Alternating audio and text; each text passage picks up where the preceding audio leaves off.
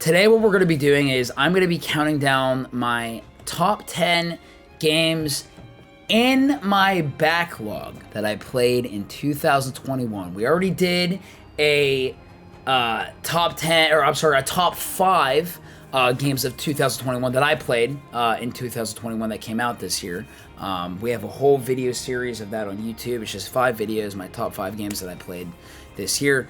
Now we are doing a top 10 games that I played in my backlog. So this was a pretty decent backlogging year for me. I had games that I've been wanting to play for forever, and because that there wasn't like some crazy heavy hitting games that I was like super amped for, you know, besides like Neo. And so it was a pretty cool year to like just sit down and be like, all right, there's like, so I still have a backlog of games that like I have a whole, I have games like actually on my console that I haven't gotten to yet. I have games over here that are sitting here that I haven't gotten to yet. I haven't gone through my whole backlog. I feel like it's going to be impossible for me to get through my whole backlog, but I got through a lot of the games that I wanted to play that I've been putting off for a long time, and so that's what this is going to be today. This list wasn't too difficult. There's definitely some games that I would have rated higher than others if I didn't play other games this year. I'll get to it, but there's like one game on this list that I actually technically didn't finish. That I probably would rate higher if I did finish it, but we'll get to that when we come to it. Most of these games I played on stream. I didn't play all of these games on stream. There was a couple of these games that I played in my own time, and I really enjoyed them. And so we're going to be talking about it. Number 10, surprisingly enough, is actually Resident Evil 7. Let me actually move myself down here so you can see that spicy title. This was my first Resident Evil game. I've said this before. If you know me, I don't do well with horror. I hate horror games. I'm a chicken wuss when it comes to horror games, and the only reason why I wanted to play Resident Evil 7 was because I wanted to play Resident Evil Village, and Resident Evil Village ended up being my 3rd favorite game that I played that came out this year that I played this year. I think for me it was more the experience with this game. It was more of the experience that I had with this game that like made it so. It made it like it was a fun game to stream because it was scary. It was terrifying. Like specifically the first like half of the game, with like, you know, Jack is like chasing you around the house. Welcome to the family, son. You know, he's slowly like stalking you around the house, and then with Margaret, like that was the most terrifying part of the game was Margaret. Margaret was terrifying. Like I still am shook from the whole Margaret like portion of the game. Absolutely terrifying. And as much as I've never really played horror games and I don't really enjoy horror games, I actually had a lot of fun with Resident Evil 7. As much as I hated being scared, it was actually a good time. Like the enemies felt satisfying to kill. The weapons felt satisfying to use. The boss fights, you know, for a game like Resident Evil were pretty fun. And yeah, and honestly, like I really enjoyed, this is me personally, I think I enjoyed the second half of the game a little more, but that's just because it felt more like an action game than like a horror game. Now, I'm sure other people feel differently, like, oh, the second half of the game, I didn't like it as much because it wasn't as scary. That's fine. Me personally, I like the action. So the second half of the game was a lot of fun. Honestly, I think my favorite part was the Lucas segment. You find this tape of Lucas who like tortured like his friend in like this room, and you have to like solve like these puzzles to like escape, but then like his friend ends up getting killed, and then you actually come back there later and he traps you in the room, and then you have to remember how you did everything, but you can't do it exactly the same as he did it because the same thing would happen to you. You would die. And so I just thought it was just like genius level design overall. I mean, just the game overall just had, it was great. Like just actually traversing through the portions of this game. It was really fun. As much as I got scared, I actually enjoyed it. Moving on, number 9 for me. This game actually would have been ranked, I think maybe a little bit higher, but the thing with this game is I actually started playing this game at the end of 2020, and I finished it in 2021. But number 9, and I think it's fitting as number 9, Final Fantasy IX, and I am up here again. I need to be down here so you can see. Oh, now you can't see the characters. All right, I'm just gonna move over here. Now you can see everything. I would say Final Fantasy IX, probably my third favorite Final Fantasy game. Behind 7 and 7 Remake, I count them as just like, I put them all together. The whole 7 compilation as number 1, and then probably 15 as my second one. But Final Fantasy IX was fantastic. The characters are fun. Steiner is goated, and if you know, you know. If you were there for that moment, you know exactly what I'm talking about. What did it for this game for me, and this is with pretty much every single Final Fantasy game, it was the characters. It's the characters. The characters are fun. They're all unique. That's what Final Fantasy does really well. They give you a very diverse cast of characters. Although Zidane might not be my favorite protagonist, it was cool to see his development in Final Fantasy IX. I also really like that you can synthesize weapons in this game. I think, at least for me, I don't know if they do this in other Final Fantasy games, but this is the first Final Fantasy game that I've played where you can actually synthesize weapons using other weapons. And I can't remember if you can synthesize gear or not. It's been a year since we played FF9. Yeah, it was great. Like, the story's good. I really enjoyed it. Kuja was a cool villain. The final boss was hard as heck, but I was underleveled and undergeared. I was so underleveled and so undergeared and I already like got so far through like the final dungeon that like going back would have been completely pointless. And like, it wasn't worth like going back at that point. That we had to come up with the most ridiculous way.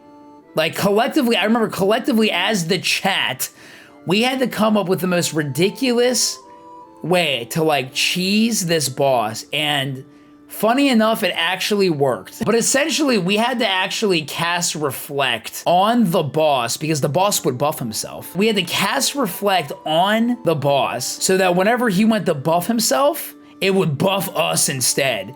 And that's legitimately how we won that fight. So that, because the boss can also heal himself as well. So whenever he would heal, if we casted Reflect on him, it would heal us. It was just such an unconventional way of fighting the final boss, but it was a blast. It was so satisfying because I can't believe it actually worked. I don't dislike any of these characters on here. All of these characters have some kind of development in their own way. If you love classic Final Fantasy, like the high fantasy Final Fantasy, Final Fantasy IX is gonna be a good fit for you. Number 8 on this list. I'll just say this. I really love this game, and a lot of people really love this game, but I don't think it's the greatest game of all time. But it's my number 8 game in my backlog that I played in 2021, and it's Breath of the Wild. Breath of the Wild, man. This is my first Zelda game. I think this is probably one of the coolest open world experiences I've ever had. Now, me not being like a Zelda fan, because I've never played a Zelda game ever until Breath of the Wild. Whenever I kind of look back at this game and my experience with it, I can't say for me that it was like a 10 out of 10. It's the greatest game of all time. I don't think that, you know. I would rate it I think I said this after I finished it, I would give it no higher than an 8. I would not rate it higher than an 8. I think an 8 is a good rating for this game, but I wouldn't give it higher than an 8. I wouldn't put it in like my personal top, like 10 or 15 favorite games of all time. Actually, I don't even think I'd put it in my top 30 favorite games of all time. However, the game is still really great as an open world game. I'm approaching this not as a Zelda fan, because I am not a Zelda fan, but Breath of the Wild has made me want to play more Zelda games. Yeah, I think just like the awe and wonder of exploring this open world specifically, you know, that was what made this game so special. Even like me not being heavy into Zelda, right? Just like the fact that I could go into one area, look in the distance, and see something that completely stands out from like the rest of the map and be like, oh, okay, I want to go there next. And then you get there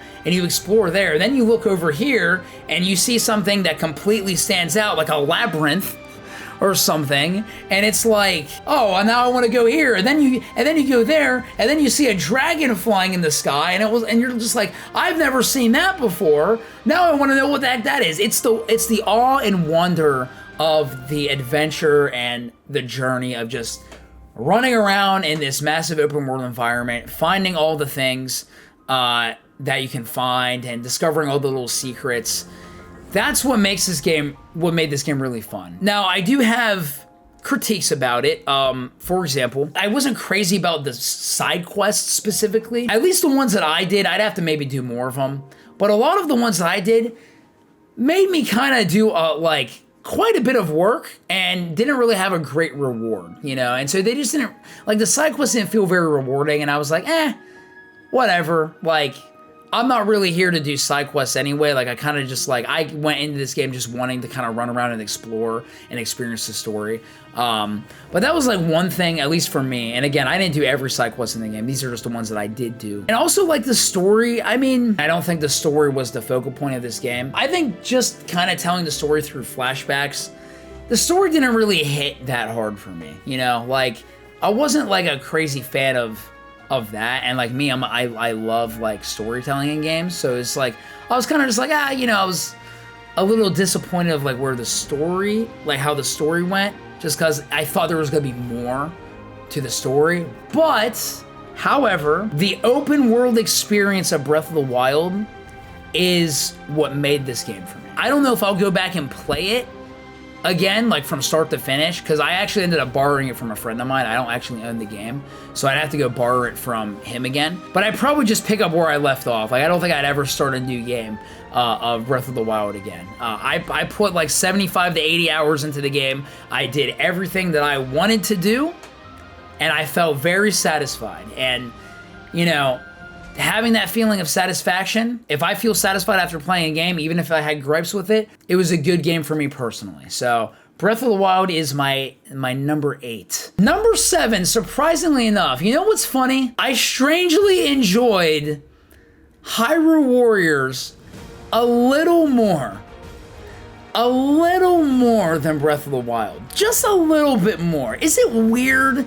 Is that weird that I actually like this game more? Is that strange?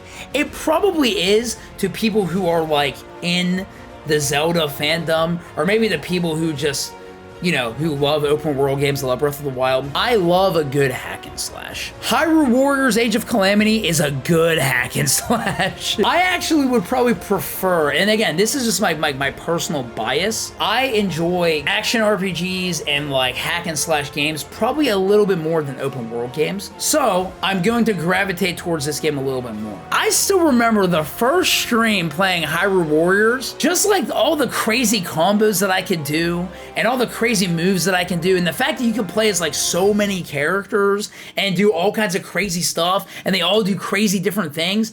Oh my gosh, this game was exhilarating. It was so fun. You feel so powerful wiping out just mobs of enemies at a time and pulling off all these super cool attacks.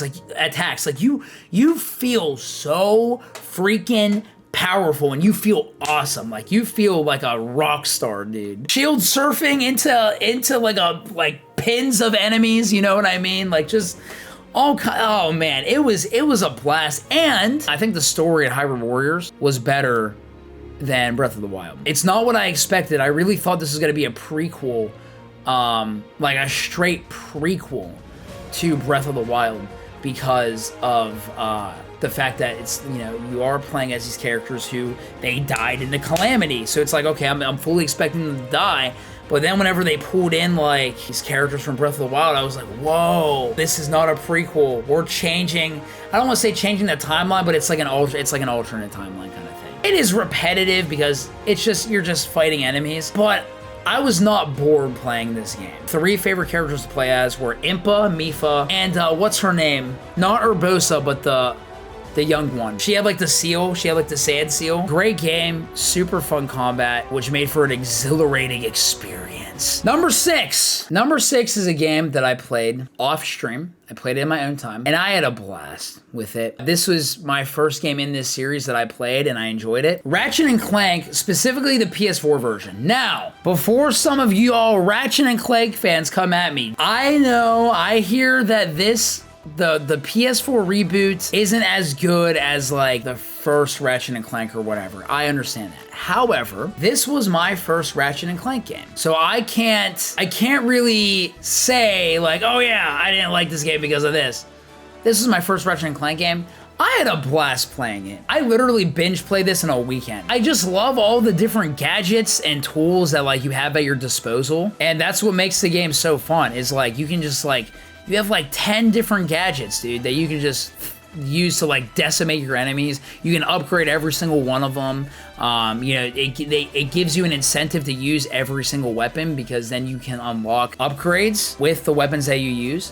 You can level up weapons that you use. It was just a fun time. Like, the story was fun. My favorite character is Mr. Zircon. I want a Mr. Zircon like t-shirt. My favorite quote, he says, cause he's like a little deployable, robot, and he like fights for you, because bolts are like the currency in the game. He's like, Mr. Zircon does not need to collect bolts. His currency is pain. The game is fun. The story is fun. It makes me want to play more Ratchet and Clank games, and I think this game was just a great intro for me into the Ratchet and Clank series. Number 5 is another game that I played in my own time off stream. I don't know if anybody's ever played Octopath Traveler. I think this game as a JRPG is criminally underrated. I didn't know if I wanted to stream it, and honestly, I'm so glad I didn't stream the game, because this game was my comfort game in 2021. I always felt just like, after just like doing a session of Octopath, I always just felt like, I'm pretty satisfied with my day. Like, I just felt chill.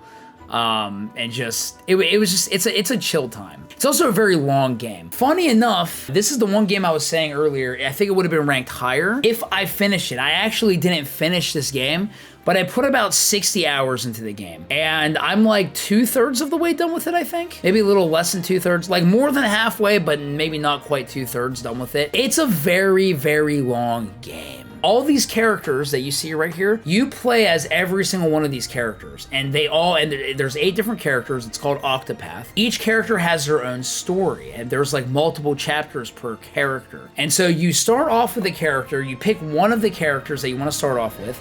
I picked Alphen. He's got like the wheat in his mouth right here.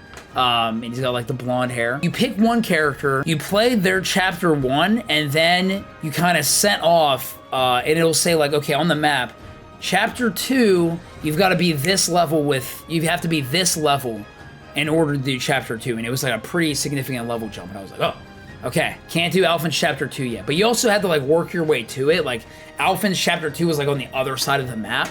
So what you do is you kind of make your way up to like where these other characters start. You pick up other characters along the way. So then I picked up Therion, who's my personal favorite character. I picked up Therion, and then you do his chapter 1, and then you pick up another character and another character. And so then eventually you'll pick up all 8 characters, and then you'll have all 8 in your party, and then you could cycle in and out through each character. What's cool is each character has like their own play style. Ophelia, who's like the girl in the front with the staff here, she's a healer, basically a white mage. So she has light magic, but she can also heal. Therion, who I was just talking about, he can do like debuffs. He can put like debuffs on enemies. Olberic, who's like this tall guy back here, with like the super good looking hair. He's like a warrior, so he specializes with like sword and spears. And like each character also, what's cool is they each have their own weapons that they can use. So like Olberic uses a sword and a spear. Ophelia uses a staff. Primrose, who's the girl in the front with the red, she just has a dagger. Alphen uses an axe.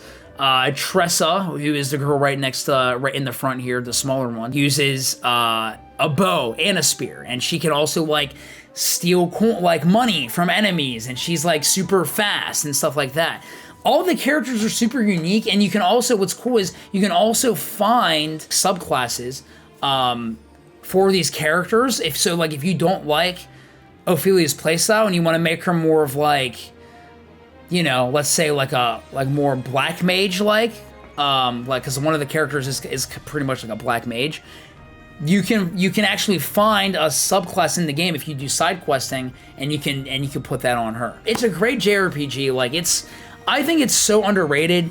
all the characters are likable. I don't dislike any of the characters. They all have great stories. I'm not even finished with the game yet, but I absolutely love it. Like, it's been my comfort game this year. It's a turn-based JRPG, but what's unique about this is not only do all these different characters have different playstyles, but there's this boost mechanic in the game where you can actually build up this boost gauge after every single turn, and if you build it up a little bit, and it's, you know, let's say it's like Alphen's turn, and you have your boost gauge built up like quite a bit, you can actually hit the, I play on Switch, if you hit like the R button, you can actually boost up to 4 times depending on how many boost pellets you have available. And you can actually do crazy amounts of damage and attack more than once with that character depending on what you do.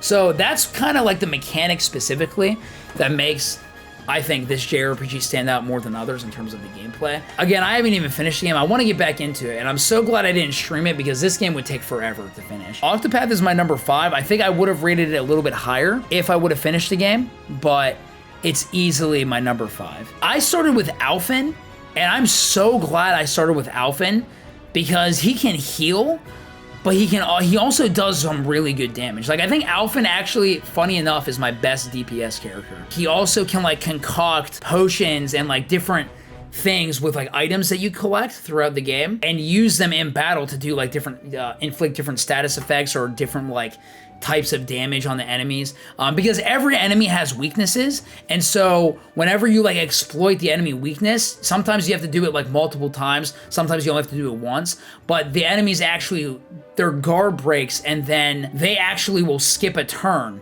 and then you can actually attack them again because you could break their guard with exploiting their weaknesses. So that's another big thing in this game, is just exploiting enemy weaknesses and kind of capitalizing on that so you can take as many turns as possible. The only problem I have with this game, whenever you actually choose your character at the beginning, you've got to be careful because whenever you get more characters, you could switch out like the rest of your party. However, the character that you chose first, you can't switch out that character until you complete all of his chapters, which that's one thing I don't like. I wish I could kind of just switch him out at will, even if I picked Alphen as like my main first one. Because what happens is, I'm like trying to level up all these characters evenly, so like right now I have like, most of my characters are probably leveled like 35 or 36.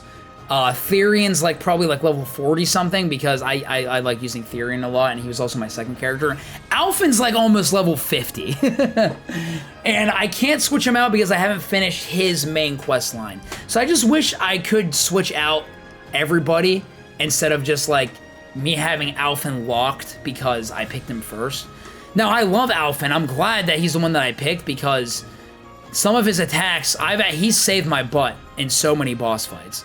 So I'm not mad about it, but I would feel bad because it's like, all right, after I'm done with Alphen's story stuff, I'm probably just gonna bench Alphen for a while just so I can level up all my other characters. Yeah, that's like the only thing I don't like, but other than that, oh my gosh, fantastic game. It's my number 5. Number 4, a game that I played very recently that I've been wanting to play for a very long time. Number 4 is Ori and the Blind Forest. I'll move myself down here so you can see the title. Ori and the Blind Forest, specifically Ori 1, is my number 4 backlog game. Ever since Will of the Wisps came out, I've always been interested in playing. I never even knew what Ori was until I saw like people talk about Will of the Wisps, and I was like, oh, I want to play that, but then I was like, oh wait, there's a game that comes before that. I should probably play this first. I've been wanting to play this game for over a year. Like, literally, I have told myself, like, I'm gonna play this game, I'm gonna play it, and I just never got to it until literally, like, last month and this month. Like, actually, no, I think this month, really. You know, there's not a lot of games that I would really consider a masterpiece nowadays. I would say the Ori series is a masterpiece. It's just a solid action, adventure, side-scrolling platformer that is just so fun to play and so fun. It's like the levels are so fun to traverse. I didn't want to put these games down. I mean, we're just talking about Ori 1. I'll just talk about Ori 1 for a second. I didn't want to put this game down. This game just hit me at a time where I was just craving like a good platformer.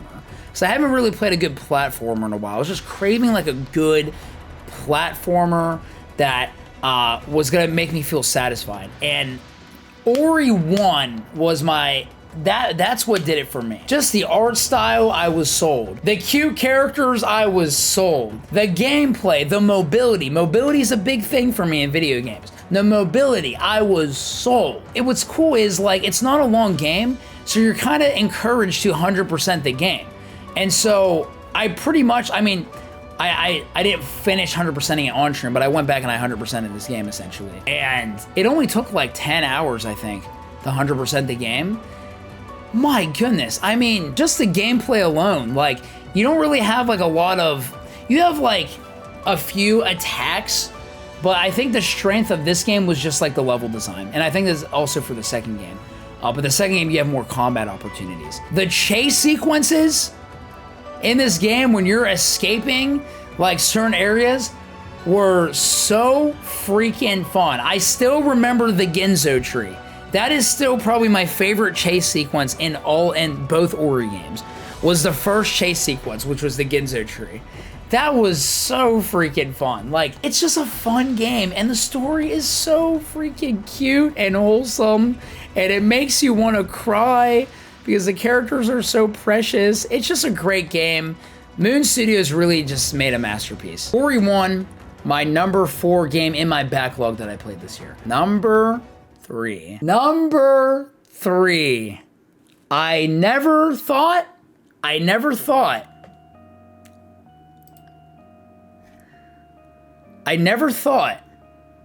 that Little Nightmares was gonna be as good as it was. Little Nightmares 1 specifically. Never thought this game was gonna be as good as it was. I didn't know what I was getting myself into, because again, I don't do horror games. I was very impressed. It's more creepy than scary. The way that it tells a story without there really being any talking. It's a very simple story because you're kind of just thrown into the game and you're on, and there's gonna be spoilers for this game, by the way, in case you're wondering. You just kind of wake up in a suitcase and then you just start running around. And then you're just going through like these levels, you know, just kind of platforming your way and solving puzzles to like get through all these different places, and you kind of discover a little bit more about like where you're at and what's going on. And the end of the game is wild. I'm not crazy about horror games, but I would say Little Nightmares is probably my favorite horror game, even though I've only played a couple.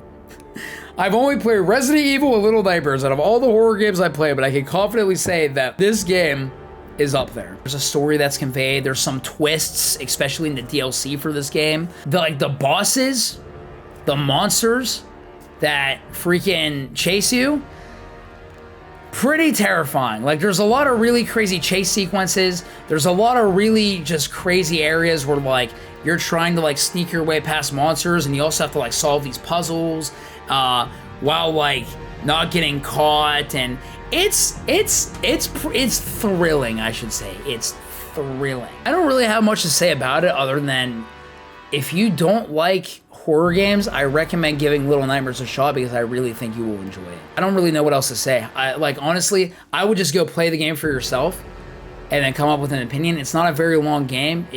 I guarantee you for this game, if you just sat down, and you could probably play through the whole game in like 6 hours, 5 or 6 hours, if you're casually playing through it. And 6 is such a cool character. Level design's on point, puzzles were fun, wasn't anything too taxing. It was just a great experience overall. Number 2. Oh man. My number 2 backlog game that I played in 2021. I finished it last night.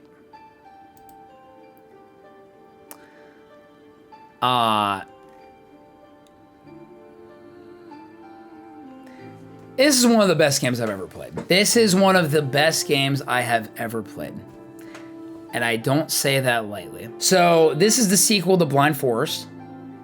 This is Ori and the Will of the Wisps. I think I'd put this game in my top 10 favorite games of all time. Because not only did they manage to literally basically take everything that was lacking from the first game and implement it into this game, but they added so much more that you could do with the combat, with the gameplay, with the traversal, heck, even with how you interact with the environment, boss fights. I would say the first game's a 10 out of 10. If the first game's a 10 out of 10, this game is like an 11. They didn't just improve on the gameplay and just the way the game is designed, but they managed to also make a more heartfelt story than the first game. Like, it was just as wholesome and heartbreaking and emotional as the freaking first game, if not more. And it was really freaking sad. And it had one of the coolest final bosses I've ever fought in a video game, ever. It was so sick. They had their chase sequences back, really well-designed boss fights. They have these like combat trials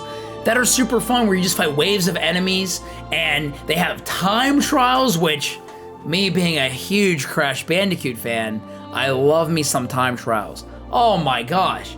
This game was, I have nothing bad to say about this game. The combat, they give you like melee weapons. They give you all kinds of, you don't just have like your spirit flame. Like now you have like, you can get like a sword, you get like a freaking spirit hammer, you can get like a freaking spear, a bow, you can get like light grenades, like you can get all kinds of stuff, and you can do like you can get so creative with like your combos and the combat, and you can also like cancel into like other things, and like, oh my gosh, it was so fun. I want to play it again. I played it on hard mode. Probably not gonna play it on hard mode again, but I definitely want to play the game again. Like, it was so good. If you've never played these games, I highly recommend it. They were some of the best games you'll ever play, and I really, because of how this game went, I don't think they're gonna make a third Ori game. And if you know, you know. But I really hope Moon Studios continues to pump out other games like this, because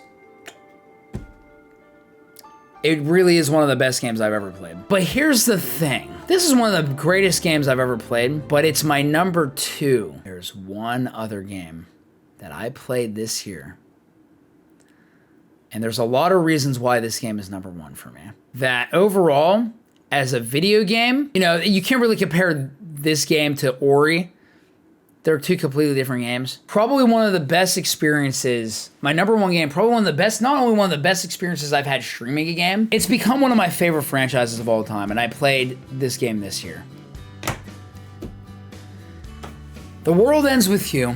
I actually forget that I played this game this year, because we played Twooey 1, and we played Neo when Neo came out in July, which is a sequel for The World Ends With You, Neo Twooey. My introduction to these characters was in Kingdom Hearts. Kingdom Hearts Dream Drop Distance. All these characters that you see in this art, they appear in Kingdom Hearts. And Dream Drop Distance specifically. Just one Kingdom Hearts game. And Kingdom Hearts is my favorite franchise of all time, which is no surprise to anybody if you've been here. So, because of that, and because I knew there was a sequel to this game coming out this year, I really wanted to play The World Ends With You, because I thought the characters were cool from what I knew from Dream Drop Distance. I'll be honest, I did not know what I was getting myself into. I kind of had an idea from how the characters portrayed themselves in Kingdom Hearts, but like, this is probably one of my favorite stories that I've experienced in a long time. Stories, specifically. Because they throw you into this world, you play as Neku. Neku wakes up in Shibuya, and then he has no idea what's going on. And then you just kind of start playing the game, and it's like, okay. And then as you play the game, you meet all these characters, then the world starts to unfold a bit, and then you start to learn more about like the Reaper's game, and like, I won't spoil it for anybody if anybody wants to play it who hasn't. But like, you start to learn more about like your situation, and like, you meet these characters, and they have so much depth to them. Like they like, these characters have, especially like Shiki, she has so much development in so little time. And like, that's like really, if you can pull that off, that's really impressive. All these characters, even Joshua, you know, like, at the end of the game, even he like changes a bit. Like Neku's character development is probably like my favorite developed character that I've ever had the privilege of playing as, right? Like, he starts off as this guy who's just like, I don't like people, I don't get people, never have, never will. I want nothing to do with anybody. I'm looking out for me, myself, and I. And then at the end of the game, because of his experiences that he's had with his partners throughout the game, he's a completely different person. He starts to love people and love Shibuya. Neku the GOAT, so relatable. Neku's very relatable too. That's like the other thing. All of these characters, for the most part, are very, very relatable. And that's what makes so freaking awesome. You know, the gameplay, I've said this before, a million times. 98% of the people in existence who have played this game do not like the gameplay. Because it's like, if you play it docked, it's like motion controls with the Joy-Con and everything. I am in the 2% of the people who actually really enjoyed the gameplay of Twooey. It was this game that hit me at the right time. You ever play a game that just hits you at the right time? It doesn't even have to be the greatest game ever. It's just a game that you just really needed that game in your life at that moment. This was what this was for me. This game made me really excited for Neo: The World Ends With You. And I would say that Neo: The World Ends With You is probably it's probably my top 10 favorite games of all time. Heck, I might even put this game, I don't even know. Like, they're just two bangers of video games. This year has just been like the year for Twooey for me. My favorite game that came out this year was Neo Twooey, and my favorite game on my backlog this year was The World Ends With You. And the only thing I can say is just go play this game. If you don't like the gameplay, watch the anime for the first game. It's only 12 episodes, and then go play Neo, because Neo: The World Ends With You is so much more optimal and fun to play. The game was absolutely incredible, and this series is now probably one of my favorite franchises of all time. It's like right behind Kingdom Hearts and Crash for me. For me, this is over Final Fantasy. Final Fantasy's up there, but I think The World Ends With You is over Final Fantasy for me. This game has just had such an impact on me. The characters have had such an impact on me. All I can say is go play this game. It has become one of my favorites, and I really hope this series keeps going, you know, because it's so good. This has been my top 10 backlogged videos. Oh my gosh, I literally can't speak. This has been my top 10 games that I played in 2021 in my backlog. And can't wait to play more next year.